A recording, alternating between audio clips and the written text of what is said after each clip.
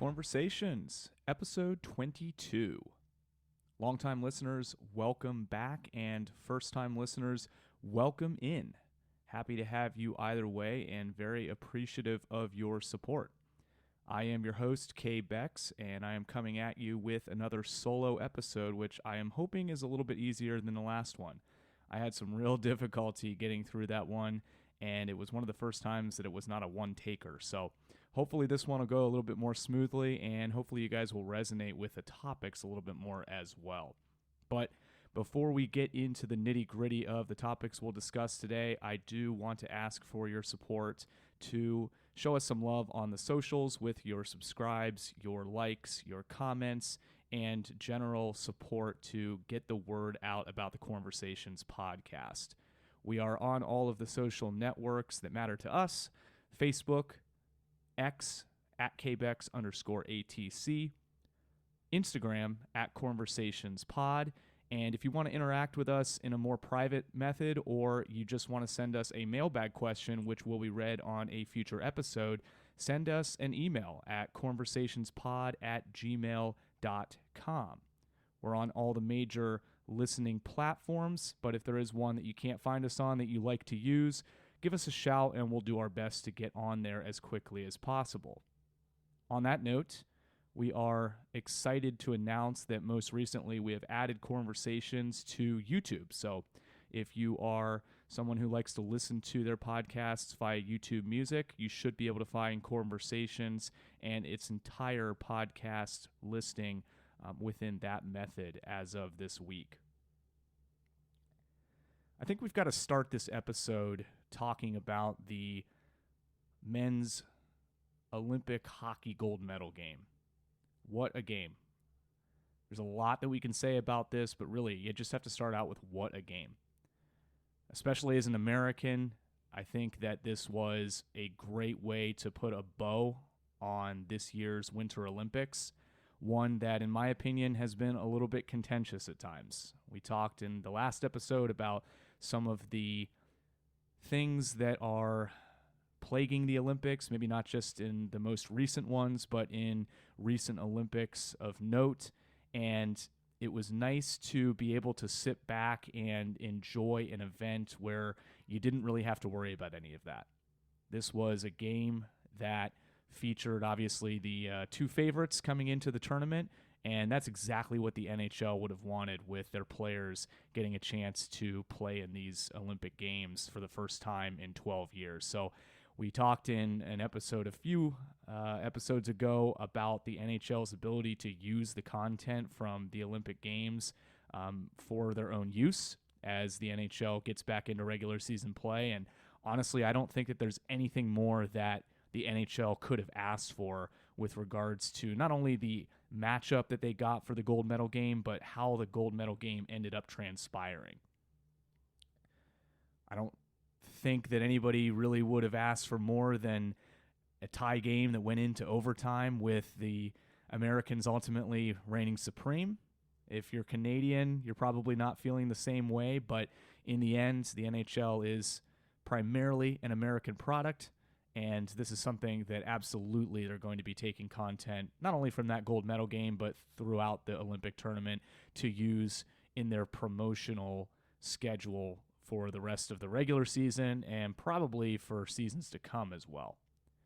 I think that you look back about a year's time from current, and the Four Nations face-off that the NHL helped orchestrate was the palette wedding for this tournament, and the fact that it came down again to the Canadian and the U.S. teams just kind of allowed the whole thing to be a full circle moment for the NHL and for these players that got to play in the game. But outside of the game itself, I think that you look at this moment as a seminal moment in American sports history.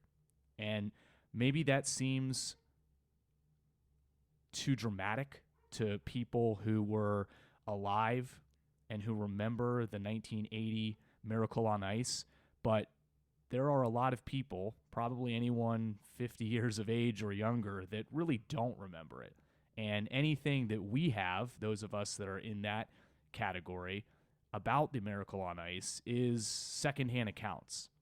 And there's lots of them.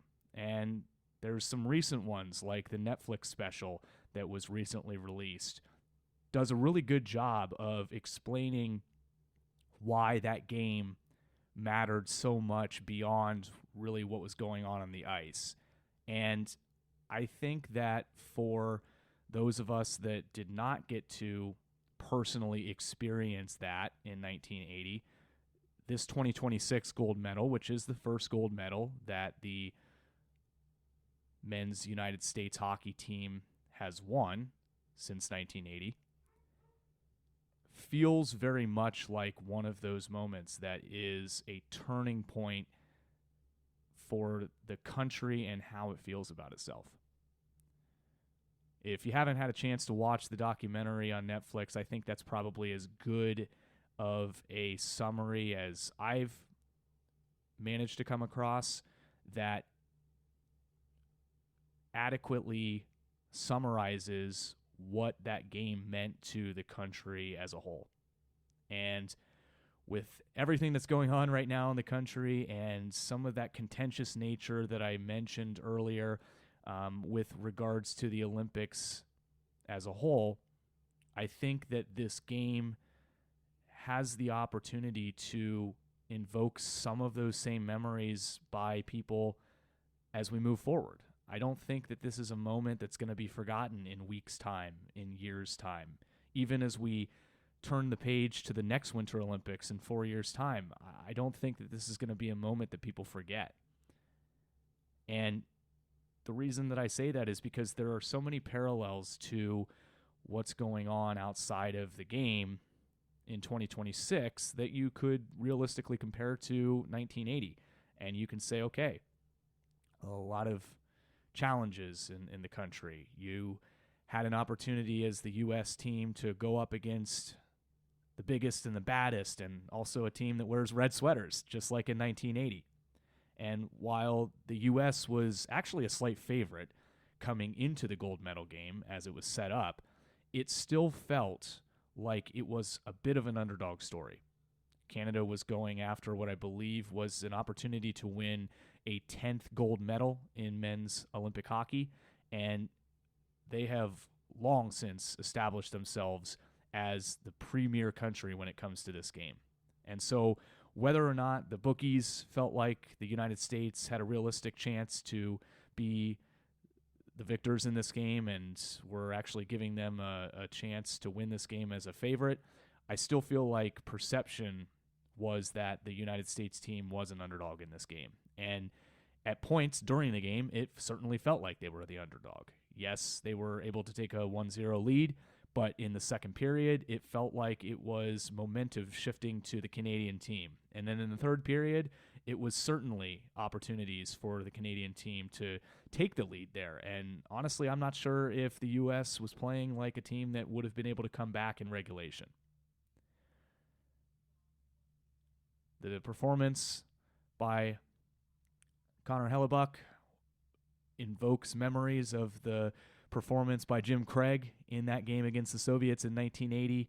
And honestly, I think when you look at the visuals from the gold medal ceremony and Jack Hughes's bloodied, broken smile, that's going to be a picture that is going to be drilled into people's memory decades from now.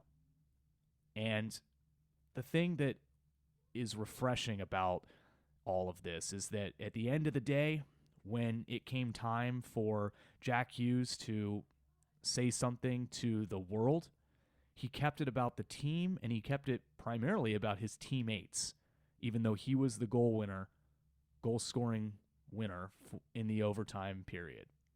And I think that it just is a summation of what we wanted the Olympics to be in 2026. And in some cases we got it, but in a lot of cases we really didn't.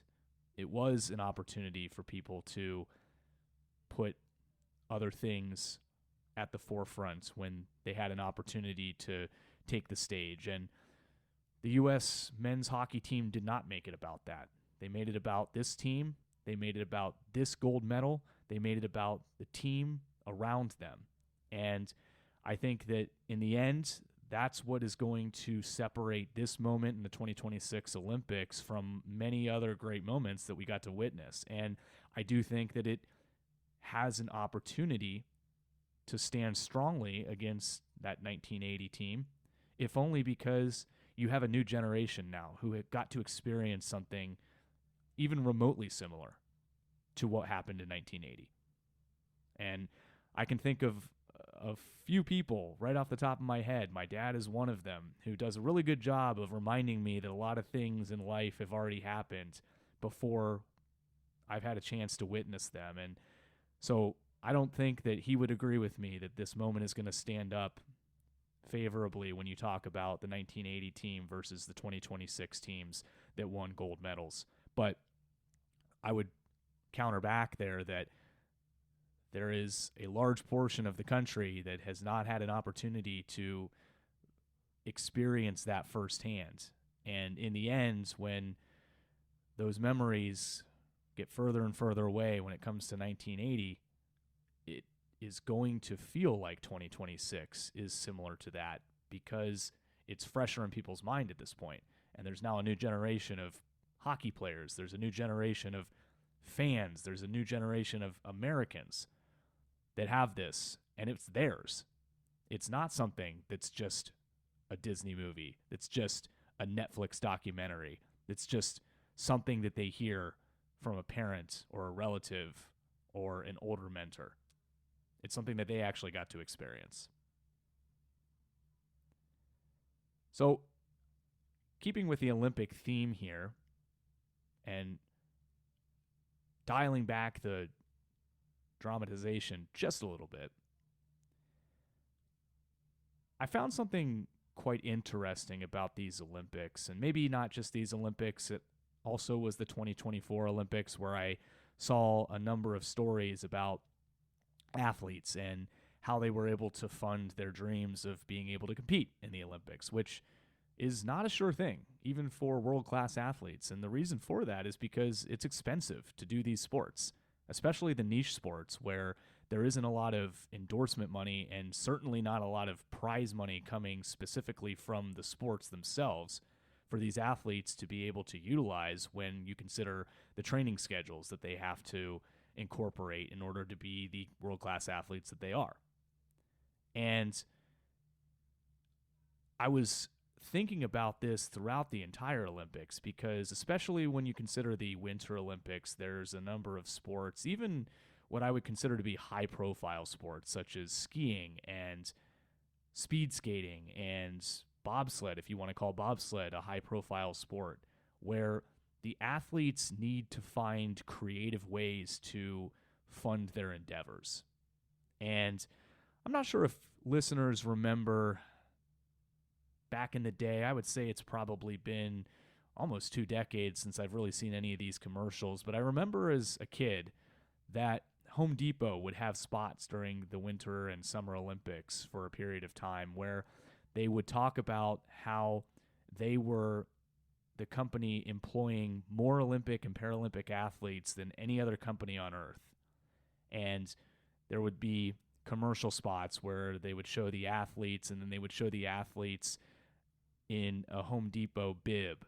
And the thought was, they were invoking the reality that there were a number of athletes who were able to hold a job at Home Depot while also training to be a world-class athlete. And those those commercials have gone away.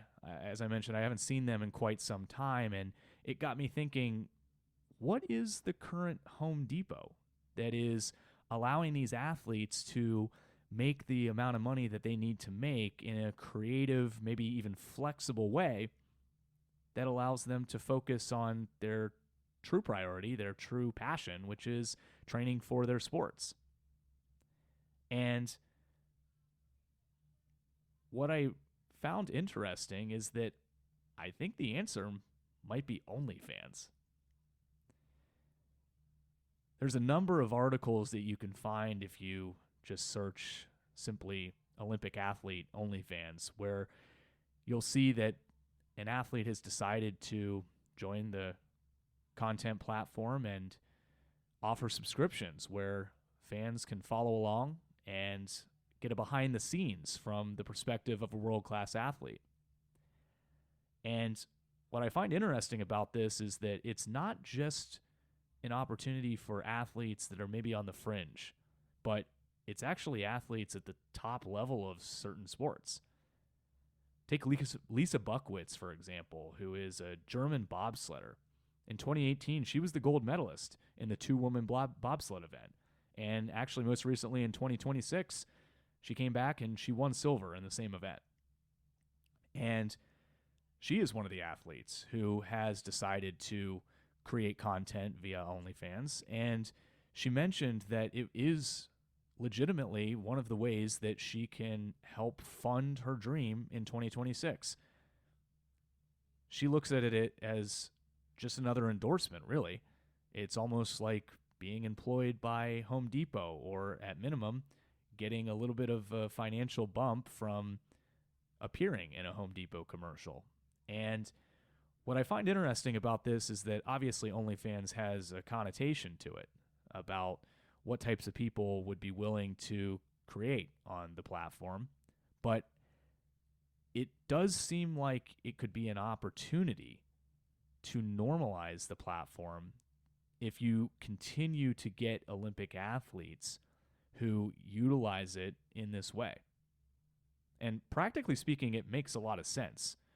Number one, the platform offers a creative outlet for these athletes where they control the content.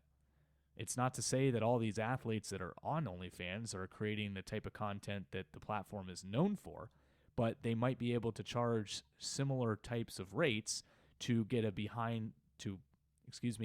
provide a behind the scenes look at a world-class athlete's lifestyle. Additionally, when you think about OnlyFans, and this is more in line with what it's known for, many Olympic athletes are at peak physical existence. And if an athlete wants to utilize the platform in a way that allows fans to associate what they know OnlyFans for to people that are, frankly speaking, in really good shape, I think it's a win-win both for the platform because it's able to hone in on its core base, if you will, whereas the athletes can do something where it takes advantage of what they are, which is a world-class athlete in peak physical shape, and the flexibility that you can utilize by producing your own content at your leisure and charging your own rates is something that maybe you can't do if you're a Home Depot employee. Actually, it's certainly something you can't do as a Home Depot employee. So I would be interested moving forward to see whether or not we see more of this. And when you have an Olympic medalist, two-time Olympic medalist, who's willing to take the plunge and do this, is this something that other athletes are going to look at and follow suit? Buckwitz mentioned specifically for the 2026 Olympics that this was her ability to fund a team to be able to compete this year. I'm not sure whether or not 2018 was the same case, but at the same time, OnlyFans, if it was even around in 2018, which I'm not sure that it was, it certainly didn't have the notoriety that it does today. So I certainly see this as something that moving forward, you might see more world-class athletes, especially in the Olympic sports, decide to go this route. So it pretty much puts a bow on the Olympic coverage this year as far as Cornversations is concerned. If you are dying to see more of that type of action, remember that the Paralympics is now up, and we've got 2 weeks of very similar competition and athletes that are just as talented and just as strong at their events as the fully able-bodied athletes are. So a shout out to the Paralympics, and I always find it interesting to be able to flip those on to see how the events differ from the events that we've seen over the past couple of weeks. The other thing that the Olympics was able to do for us, as I mentioned on a previous episode, is really bridge the gap this year from the Super Bowl to other events such as March Madness in a period that oftentimes people refer to as a dead period in the sports calendar. So kudos to the Olympics for giving us that opportunity. We are at the end of the tunnel. The light is right in front of us, and we have a lot of exciting sports activity coming up here in the coming weeks. First and foremost, in my opinion, is college basketball, which is really starting to ramp up. In about a week's time, we're going to start to see some of the small conferences kick off their conference tournaments. So we're winding down the regular season here, and we are very much so moving into what truly is March Madness. If you weren't able to catch any of the games this past weekend, you missed a really good weekend for college basketball. It was being pegged by some X accounts that I saw as the true Final Four, and there's legitimacy to this because the 4 top teams in the top 25 this past week did in fact play each other in head-to-head competition. And I would even throw in the BYU-Iowa State game as a third game that has Final Four implications given the way that those two teams have played this season. I think that when you look at the last couple of seasons of college basketball, there's certainly been an uptick in terms of its, call it, intensity.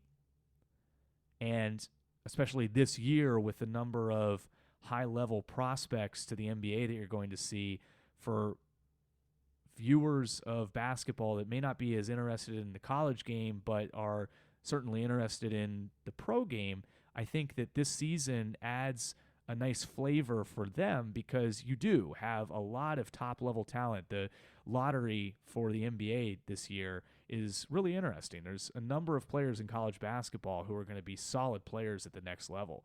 And the thing is, they're all playing on high-level teams, too. You've got guys from Kansas. You've got guys from Duke. You've got guys from Michigan who are going to be the next young stars in the NBA. At least they're going to be drafted in those lottery spots, and they're playing for teams that have legitimate shots at going very far in this year's NCAA tournament. So I definitely can guarantee that you're going to see, or you're going to hear a lot of content on Cornversations over the next weeks here, specific to college basketball as we ramp up conference tournament time and then as we roll into the big dance. And I'm really excited to talk about not just the big boys and who has a chance to cut down the nets, but I think you're going to see a lot of really good games in between those margins as well. And so hopefully in between now and when the bracket is actually set, you have a chance to sit down and just evaluate some of these teams, because I do think it's going to be one of those tournaments this year where you're going to have 6 to 8 teams who have a legitimate shot at winning the national title, and so it's going to be tough to make those picks. So this has been a relatively short episode this week. Again, it's always a challenge, in my opinion, to go solo with these episodes without any mailbag questions. So again, a shout out there to mailbag questions. If you've got something that you would like Cornversations to cover, give us a shout at any of those social media outlets or cornversationspod@gmail.com. We read all of the mailbag questions that come to us, and as long as it's sports related, we'll do our best to get that onto a future show. But before we wrap up this episode, I do want to focus on something that is a little bit heavier in content, and that's this Rondale Moore story that recently was covered and broke the other day. Rondale Moore, for those of you that are not familiar, NFL wide receiver who most recently played for the Minnesota Vikings. But the Rondale Moore that really burst onto the scene was one that broke the hearts of Ohio State Buckeyes fans like myself, who were watching the 2018 Ohio State Buckeyes run the table up until they faced Purdue, and a guy who was not known at the time as much of a star because he was still a true freshman. But Rondale Moore tore apart the Buckeyes that night in 2018 for a couple of touchdowns and about 170 yards receiving, en route to a blowout victory for the Boilermakers, and one that really set Moore on the trajectory of being one of the stars in college football before he was eventually drafted into the league. But his accolades on the field are not why I'm bringing him up. He was unfortunately found in a garage in Indiana, and reports are that Moore had decided to take his own life. And, this is something that I think everybody listening probably has a story that they can refer to in terms of how this has impacted them and how they have to move forward as a result of a decision that somebody takes in this way.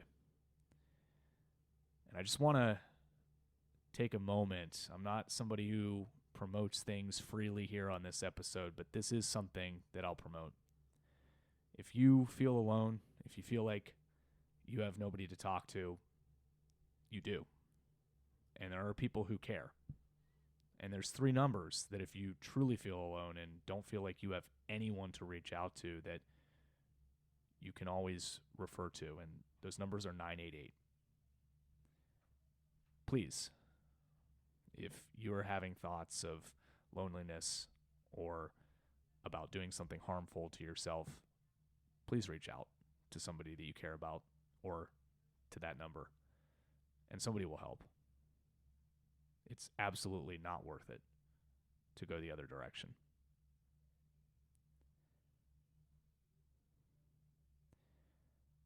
Hopefully you guys enjoyed this relatively short episode of Cornversations. Again, I will give an opportunity for you guys to like, subscribe, comment. That definitely helps us. It gets our word out to the masses, to those that have not had a chance to experience Cornversations.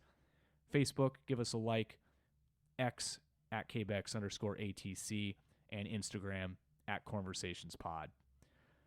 Let us know what your favorite part of the Olympics was. I'm also going to release a new article on Around the Corn Sports blog of my heroes of the 2026 Milan Cortina Olympics. So go ahead and check that out if you're somebody who likes to do a little bit of reading. And until next time, hopefully you can squeeze in some college basketball, because we are definitely going to be talking about that in future episodes, as I mentioned. But regardless of what sports you decide to watch and where you decide to dedicate your time, there's only one thing that I truly ask, and that's until next time, take it easy, Shuckers.